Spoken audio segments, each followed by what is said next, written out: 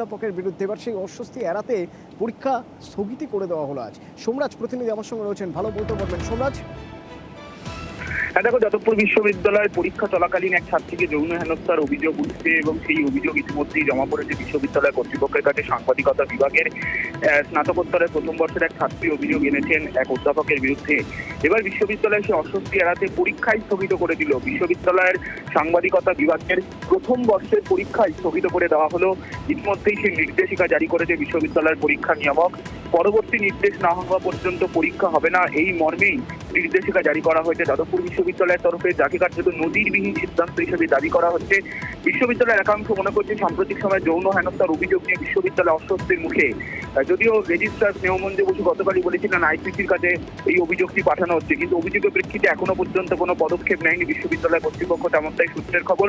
তাই তড়িঘড়ি অস্বস্তি এড়াতে বা বিশ্ববিদ্যালয়ের পরীক্ষা চলাকালীন সময় আর যদি কোনো অভিযোগ না ওঠে তার জন্য মনে করা হচ্ছে এই পরীক্ষা স্থগিত করে দিল বিশ্ববিদ্যালয় কর্তৃপক্ষ। ধন্যবাদ সোমরাজ। যে অভিযোগের ভিত্তিতে এত কিছু, সেই অভিযোগ একবার শুনবো। আমি জাস্টিস চাই, আর কিছুই চাই না। আমি নিজেও অবাক হয়ে গেছি, মানে নিজে অবাক, আর আমি ভীষণ আনসেফ ফিল করছি এখন ইউনিভার্সিটির ভেতরে। আমি নিজেও জানি না যে আমি কি করবো এরপরে। আমি একটাই জিনিস, যে এটা কেন করেছে, কেন করলেন, আমি জাস্টিস চাই। কুপ্রস্তাব দেওয়া হয়েছে বা কিছু এরকম আপনার সাথে ঘটেছে? হ্যাঁ, মানে বাজে নজরে দেখতেন।